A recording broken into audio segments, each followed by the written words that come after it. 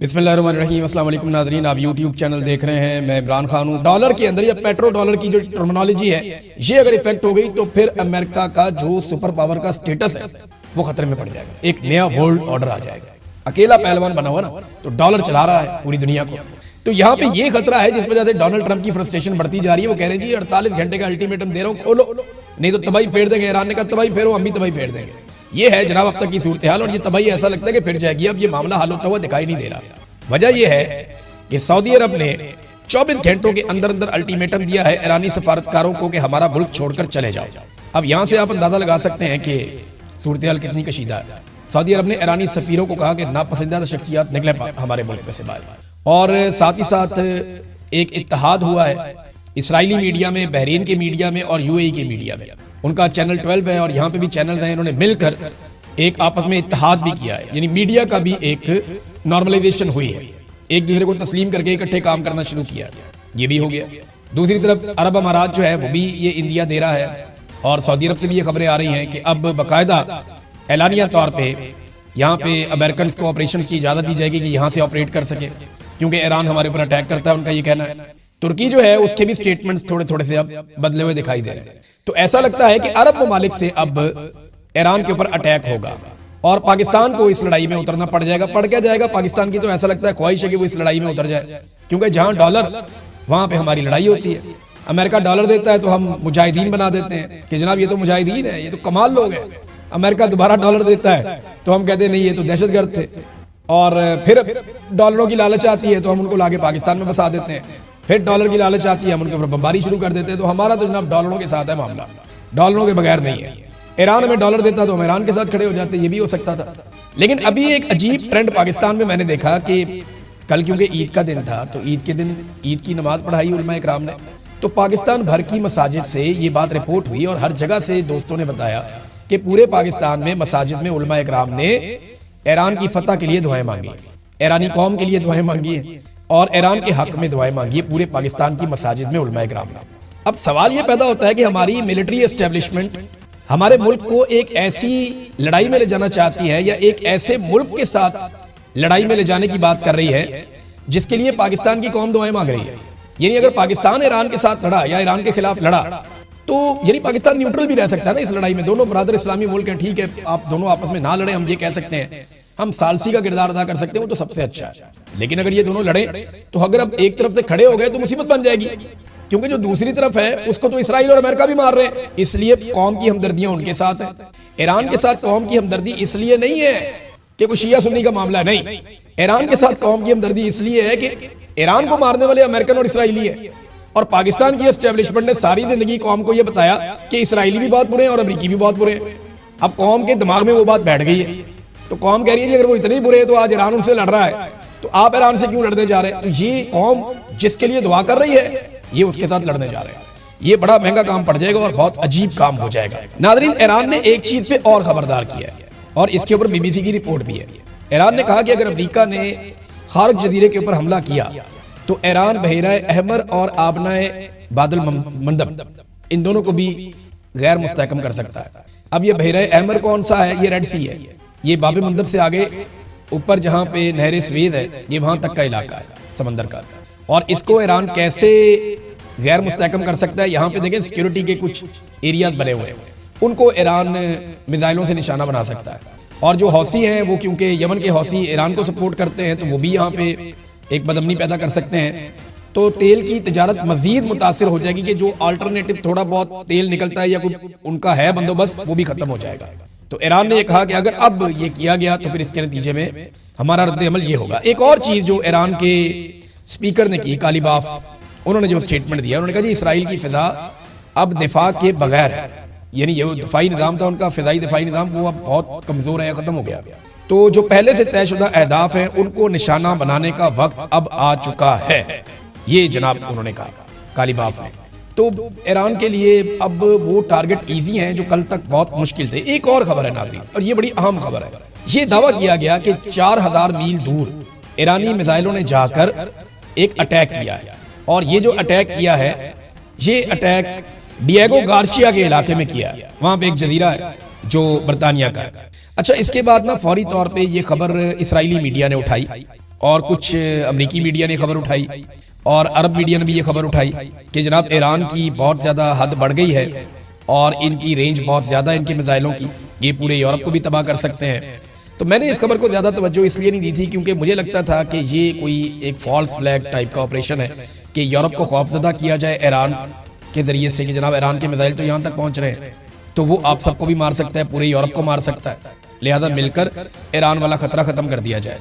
लेकिन ईरान ने इसके ऊपर एक स्टेटमेंट दिया और ईरान ने यह कहा कि जनाब ये मिसाइल हमने नहीं दागे, हमने ये मिसाइल नहीं चलाए, ये मिसाइल कहीं और से आए। अब ये बताएं जनाब मिसाइल कहाँ से आए, ये बात तो फिर इन्वेस्टिगेशन में पता चल सकती है क्योंकि ये दोनों मिसाइल अपने टारगेट पे नहीं आए, लेकिन सिर्फ ये बताया गया कि यहाँ पे 2 मिसाइल आए, ईरान वाली साइड से आए। अब ये किसने चलाए, कहाँ से चलाए, इसके बारे में कोई इन्फॉर्मेशन नहीं है। और 4000 मील दूर आकर अगर ये मिसाइल गिरे हैं तो ये पूरे यूरोप को एक वार्निंग देने वाली, वार्निंग शॉट होता है ना, ये उस तरह का एक शॉट है कि पूरे यूरोप को एक वार्निंग दी गई है। लेकिन ईरान ने कहा जनाब कि ये हमने नहीं चलाया। नाज़रीन, अमेरिका के साथ साथ इसराइल का भी नुकसान हो रहा है। ये डोनाल्ड ट्रंप मजाक उड़ाते थे इंडिया का कि 8 जहाज उनके गिर गए, 9 गिर गए, 10 गिर गए। तो इकोनॉमिक टाइम्स ने लिखा कि डोनाल्ड ट्रंप भारत को कहते थे कि उनके 8 जहाज गिर गए, तो इधर 3 हफ्ते के बाद अमेरिका के अपने 16 जहाज मुख्तलिफ रिपोर्ट्स के मुताबिक गिर चुके हैं। तो अब अमेरिकी मीडिया भी डोनाल्ड ट्रंप का मजाक उड़ा रहा है। उधर ईरान ने इसराइल का एक और तैयारा गिरा दिया है F-16 और इसका दावा भी किया गया। अच्छा, एक चीज और है जो ईरानी फौज के तर्जुमान कर्नल इब्राहिम ने कही है। कर्नल इब्राहिम जुल्फिकारी को आप देख रहे हैं गुज़िश्ता चंद दिनों से बड़ी संजीदा तरीके से आकर बात करते हैं, ना वो आंखें मारते हैं, ना वो गंदे इशारे करते हैं, ना वो गाली देते हैं, ना वो बड़के मारते हैं। वो आते हैं और प्रोफेशनल तरीके से अपनी बात करते हैं और चले जाते हैं। उनके हथियार बोलते हैं, जंग में उनकी कामयाबी बोलती है। अब वो ये कहते हैं कि ईरान अब पहले से ज्यादा जारे हो चुका है, 3 हफ्ते तक दुश्मन की एक एक कमजोरी को देखा गया है। अब वो क़यामत ढाएंगे कि इसराइल सारे जराइम और मुजालिम भूल जाएगा। और कल का दिन जो है वो इस बात का सबूत भी है। कल बहुत मारा ईरान ने इसराइल को। इसराइल ने पूरी कोशिश की इंटरसेप्ट करने की उन मिसाइलों को, लेकिन वो जाकर गिरे हैं और उसकी वजह से पूरा इसराइल लड़स गया है। अस्सलाम वालेकुम नाज़रीन, आप यूट्यूब चैनल देख रहे हैं। मैं इमरान खान हूं। जिसको घुमसान की लड़ाई कहते हैं वो अब शुरू हो गई है। डोनाल्ड ट्रंप ने एक ऐसा हुक्मनामा दिया है जिसके बाद सूरत-ए-हाल मशरिक़ वस्ता की बहुत ज्यादा खराब हो जाएगी, क्योंकि ईरान ने पहले बताया था कि जो हमारे साथ किया जाएगा वही पूरे खित्ते में होगा। ईरान ने कहा था कि अगर हमारी एनर्जी की साइट को तबाह किया गया, या हमारी रिफाइनरीज को नुकसान पहुंचाया गया, या हमारी उन फैसिलिटीज को जिनके जरिए से हम तेल निकालते हैं और पहुंचाते हैं उनको तबाह किया गया, तो बाकी खित्ते का भी कुछ नहीं बचेगा। इस वक्त जो इतला आई है उस इतला के मुताबिक लगभग एक मजीद जंगी बेड़ा वो जा रहा है। अमेरिकी मरीन्स की एक बड़ी तादाद जा रही है। 5000 अमेरिकी फौजी जो है वो इस खित्ते में मजीद पहुंचाए जाएंगे, और इसके अलावा एयरफोर्स और बहरी जहाज, ये सारी चीजें वहां पे वो करीब लेकर जा रहे हैं। और उनका ये कहना है कि वो ईरान के ऊपर मजीद हमले करना चाहते हैं। अब अमेरिका के अंदर शदीद मुखालफत हो रही है, तो डोनाल्ड ट्रंप इतना बड़ा रिस्क कैसे ले सकता है? क्या वाकई वो अपनी फौज को ईरान की सरजमीन पे उतारना चाहते हैं? क्योंकि देखें, यूरेनियम के हवाले से उनके पास कोई मनसूबा है नहीं। ईरान के पास जो तैयार यूरेनियम है जिसको वो एटम बम बनाने में इस्तेमाल कर सकता है, लगभग 450 किलो उनके पास है। इस पे पुतिन ने एक ऑफर दी है डोनाल्ड ट्रंप को। जो रूसी सदर है उन्होंने डोनाल्ड ट्रंप को कहा कि हम ये यूरेनियम उठाकर रशिया ले जाते हैं अगर आपको प्रॉब्लम है तो डोनाल्ड ट्रंप ने कहा नहीं जी, ये नहीं होगा। ये ऑफर डोनाल्ड ट्रंप ने मुस्तरद कर दिया। और ईरान से तो भी बात ही नहीं हुई इस बारे में। ईरान अपनी यूरेनियम देता भी है या नहीं देता ये भी कोई नहीं जानता, लेकिन वो यूरेनियम है कहाँ? वो जहां भी है वो इतनी महफूज है कि जमीन की बहुत नीचे तय के अंदर उन्हें रखी है। देखिए, अमेरिका का जो सबसे बेहतरीन बमबार तैयारा है वो B-2 बम्बर तैयारा, B-52 ये तैयारे हैं। इनके जो बम है वो स्ट्रक्चर्स को तोड़ देते हैं और वो बंकर तोड़ देते हैं। बंकर बस्टर्स हैं, यानी वो जाते हैं और जाकर जो जेरे जमीन स्ट्रक्चर बने हुए हैं उनको तोड़ देते हैं। लेकिन अगर जेरे जमीन स्ट्रक्चर बहुत नीचे है जमीन के अंदर तो फिर उसको वो नुकसान नहीं पहुंचा सकते। सैकड़ों फुट नीचे जो है वो ईरान ने, और वो मिट्टी की लेयर है, कंक्रीट की लेयर जो है उसको वो तोड़ देते हैं मिसाइल।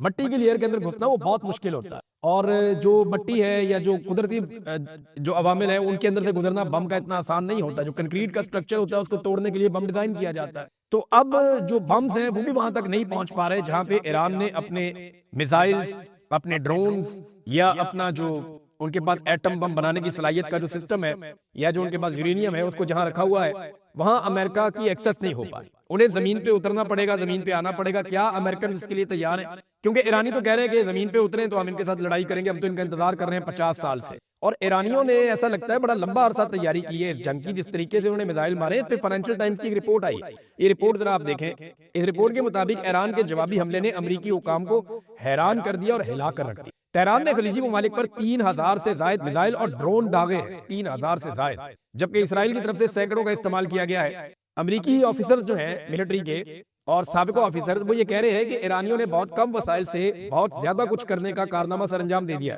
जिसकी मिसाल बहुत कम मिलती है। सस्ते शहीद ड्रोन ने रेडार, बंदरगाहें, फौजी अड्डे और तेल की तनसीबात को निशाना बनाने में बड़ा जबरदस्त किरदार अदा किया है। अमेरिकी हुकाम अब मान रहे हैं कि हमने ये नहीं सोचा था कि ईरानी इस तरह का रद्द अमल देंगे।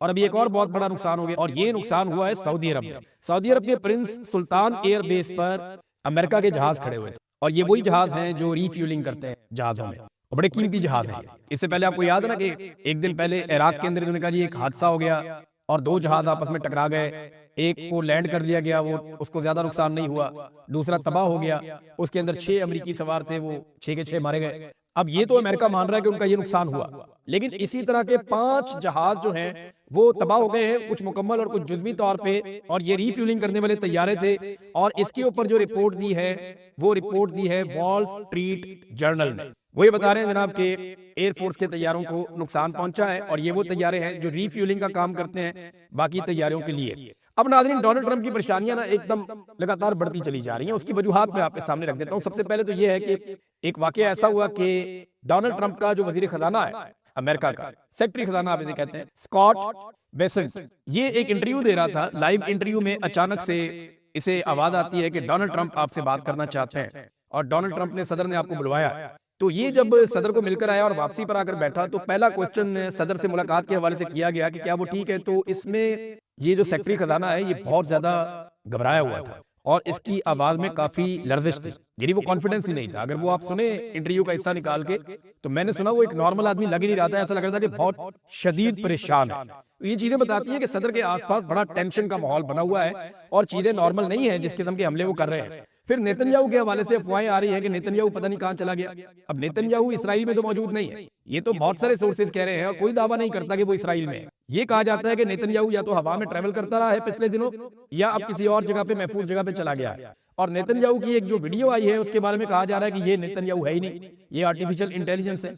और बाद लोग बड़े वसूख से दावा कर रहे हैं कि इसमें इसकी कभी 6 उंगलियां नजर आती हैं, कभी 5 नजर आती हैं, और दांतों का डिजाइन और बाकी चीजें, तो वो उसको एक आर्टिफिशियल इंटेलिजेंस की कार्रवाई करार दे रहे हैं। ये तो बहुत आगे है ना, अमेरिका और इसराइल तो बहुत आगे है इस टेक्नोलॉजी में, हम लोग तो भी बहुत पीछे हैं, बहुत, वो हमसे कई साल आगे हैं, बहुत आगे। तो अब ये दावा किया जा रहा है, लेकिन देखिए अभी तक ये अफवाहें हैं, इनकी कंफर्मेशन नहीं दी जा सकती। फिर डोनाल्ड ट्रंप के लिए एक और जो बहुत बड़ा इशू है, वो इशू है एप्स्टीन फाइल्स का। अब इसमें इल्हान उमर, आप जानते हैं खातून को, और ये बड़ी शानदार पॉलिटिशियन है, अमेरिका से इनका ताल्लुक है। उन्होंने एक स्टेटमेंट दिया, उन्होंने कहा जी कि एप्स्टीन फाइल्स में डोनाल्ड ट्रंप का नाम 38,000 मरतबा आया है। अंदाजा करें, एक आदमी का 38,000 मरतबा नाम आ गया एप्स्टीन फाइल्स में। और आप सब जानते हैं ये फाइल्स क्या है। ये मासूम और कम उम्र लड़कियों के साथ जुल्म और ज्यादती की एक पूरी दास्तान है। दुनिया के अमीर तरीन और ताकतवर तरीन लोग अपनी अयाशी के लिए मुंह काला करते रहे, ये वो दास्तान है, मैं इससे ज्यादा क्या बताऊं। लेकिन ये चीज है कि 38,000 मरतबा डोनाल्ड ट्रंप का उसमें नाम आया।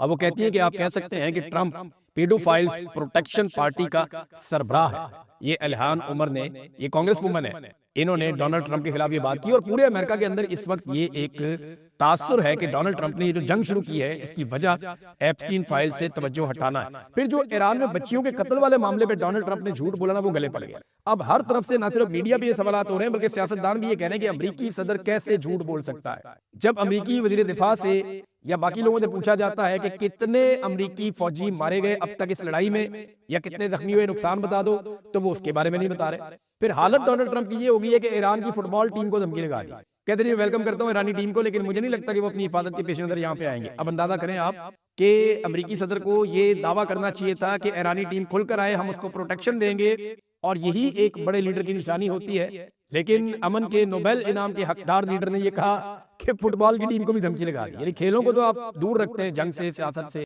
लेकिन फुटबॉल टीम को भी धमकी लगा दी डोनाल्ड ट्रंप ने। ये हालात। अब आ जाए नाज़रीन, पाकिस्तान के अंदर एक वाकया हुआ है, और इसमें 2 ड्रोन रावलपिंडी में मार गिराए गए। पहले इतला आती है कि कुछ खैबर पख्तूनख्वा के अंदर ड्रोन हैं, उनके ऊपर फायरिंग वायरिंग हो रही थी। खैबर पख्तूनख्वा में लकी मरवत में दहशतगर्दी का बड़ा अफसोसनाक वाकया भी हुआ, 7 अफराद जाँ बहक हुए, और ये रूटीन बनती जा रही है बलूचिस्तान में और खैबर पख्तूनख्वा में दहशतगर्दी बढ़ती जा रही है, क्योंकि दहशतगर्दों को बाई डिजाइन लाकर पाकिस्तान में बसाया गया। और ये काम पाकिस्तान की जर्नैलों ने किया था, जनरल बाजवा ने और जनरल नदीम अंजुम ने ये डिजाइन किया था। जनरल फैज भी एक दौर में इसका हिस्सा था। इमरान खान ने मना किया तो इमरान खान की हुकूमत गिराकर शहबाज शरीफ के जरिए से दहशतगर्दों को पाकिस्तान में ले आए। अब भुगत रही है पूरी कौम।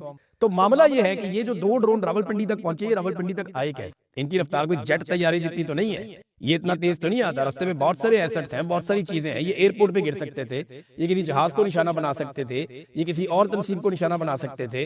ये यहाँ तक पहुंचे कैसे? पहला सवाल तो ये है। और ये आए कहां से? दूसरा सवाल ये भी है, अभी तक सिक्योरिटी फोर्सेस ने ये नहीं बताया। देखिए, पाकिस्तान का मीडिया तो फितनतुल हिंदुस्तान डायरेक्ट चला देता है ना, वो तो आश्रय ही नहीं करता। उनको तो ऑर्डर दिया हुआ है जनाब, जो भी चीज हो पाकिस्तान में पटाखा चले फौरन आपने खाते में डाल। लेकिन मामला ये है कि कोई कंफर्मेशन तो आए ना, बताया तो जाए इसके पीछे कौन है, तंजीम कौन सी है। दाइश वाले हैं, अलकायदा वाले हैं, तहरीके तालिबान पाकिस्तान है, तहरीके तालिबान अफगानिस्तान है, कौन है इसके पीछे? जो भी है उसका फिर नाम नहीं, इसके पीछे इसराइल है, मुसाद है, कौन है? नाम लेना चाहिए ना, रॉ है इसके पीछे। तो ये पाकिस्तान की सिक्योरिटी फोर्सेस की रिस्पांसिबिलिटी। एक तो ये इंटेलिजेंस का फेलियर होता है बार बार, और ये इस तरह ड्रोन रावलपिंडी तक पहुंच जाए तो बड़ा अफसोसनाक है। लेकिन ये ड्रोन इतने काबिल ड्रोन नहीं थे, फारग किस्म के ड्रोन थे, तो इनका कोई तया पहुंचा करना मुश्किल नहीं था। तो ये 2 ड्रोन गिरा दिए गए हैं। इनके पीछे कौन है, जिम्मेदारी किसकी है, इसके बारे में अभी तक कोई इतला नहीं आई। अच्छा, ख्वाजा आसिफ ने इमरान खान को ताना दिया है कि इमरान खान ने अमेरिका और इसराइल के खिलाफ अभी तक कोई स्टेटमेंट नहीं दिया। ख्वाजा आसिफ साहब, 20 दिसंबर को इमरान खान साहब की आखिरी मुलाकात हुई थी और उनका ट्वीट आया था। ये जंग शुरू हुई है 28 फरवरी को, यानी इमरान खान साहब की आखिरी मुलाकात होने के भी 2.25 महीने के बाद ये जंग शुरू हुई है। तो इमरान खान इस पे स्टेटमेंट कैसे दे दे? इमरान खान का तो लगभग कोई 2.5 महीने हो गए, 2.25 महीने हो गए, कोई एक स्टेटमेंट बाहर नहीं आया। वो इसके ऊपर स्टेटमेंट कैसे दे? अखबार उसको नहीं मिलता, टीवी उसको नहीं मिलता, तो वो कैसे इसके ऊपर स्टेटमेंट? माजी में उसने हमेशा स्टेटमेंट दिया, खुलकर स्टेटमेंट दिया। लेकिन सवाल ये पैदा होता है कि आपका लीडर नवाज शरीफ तो बाहर है, अखबार भी पढ़ता है, टीवी भी देखता है और सांस भी लेता है, बेहतरीन है, अपने रिश्तेदारों से, पार्टी वालों से मिलता भी है और शानदार जिंदगी गुजार रहा है। तो जो आपका लीडर है उसने अमेरिका को, डोनाल्ड ट्रंप को अभी तक तनकीद का निशाना क्यों नहीं बनाया? आपके लीडर ने अभी तक इसराइल को बराह रास्त तनकीद का निशाना क्यों नहीं बनाया? और शहबाज शरीफ ने अभी तक बोर्ड ऑफ पीस से निकलने का फैसला क्यों नहीं किया? और शहबाज शरीफ ने अभी तक अमेरिका और डोनाल्ड ट्रंप को तनकीद का निशाना क्यों नहीं बनाया? और अमन का नोबेल इनाम वापस लेने का ऐलान क्यों नहीं किया, जब ईरान के अंदर 168 मासूम बच्चियां जिनकी उम्र 7 साल से लेकर 12 साल तक है, उन्हें बेदर्दी के साथ मिसाइल मार के कत्ल कर दिया? ये तो बाहर है ना, जरदारी तो बाहर है, नवाज शरीफ तो बाहर है, फजलुर रहमान तो बाहर है, एएनपी बाहर है, एमक्यूएम बाहर है, शहबाज शरीफ बाहर है, बिलावल बाहर है, मरियम, कोई तो बोलो, कोई तो बोलो। लेकिन नहीं, इमरान खान से तवक्को करेंगे, वो जेल के अंदर बैठा हुआ है, उसकी मुलाकातें बंद की, छोड़ के देखो, बाहर निकालो और 2 घंटे के अंदर ले लो जो स्टेटमेंट लेना है। जो सवाल पूछोगे डट के उसी वक्त जवाब देगा। आप भी जानते हैं इमरान खान को, हम भी जानते हैं और पूरा पाकिस्तान उसको जानता है। पाकिस्तान का पूरा सिस्टम एक तरह से यरगमाल है और पूरे सिस्टम को जो है वो कंट्रोल किया जाता है चंद लोगों के जरिए से, और वो चंद लोग जो हैं वो अपने मफाद से बाहर निकल ही नहीं पा रहे। ना वो पाकिस्तान का फायदा सोच रहे हैं, ना पाकिस्तान की आवाम का फायदा सोच रहे हैं। उनके दिमाग में एक ही बात चल रही है कि इमरान खान आ गया तो हमारी दिहाड़ियां बंद हो जाएंगी, इमरान खान आ गया तो हमारे पास जो ताकत है वो हमसे छिन जाएगी, इमरान खान आ गया तो हमें बदतरीन शिकस्त हो जाएगी और हमारा इस मुल्क के अंदर जो सिक्का बैठा हुआ है वो ताकत हमसे चली जाएगी। भारत इस पे जावेद हाशमी का भी एक स्टेटमेंट दिया इसी हवाले से, इमरान खान साहब की बहनों के हवाले से। उन्होंने कहा एस्टेब्लिशमेंट इस वक्त राय फरार ढूंढ रही है, वो अब एक्सपोज हो चुके हैं। अलीमा खान हिकमत अमली से चल रही हैं, खान की रिहाई अब इमरान खान की बहनों के हाथ में है। यानी उन्हें लगता है कि इमरान खान साहब की बहनें अब इन मामलात को आगे चलाएंगी।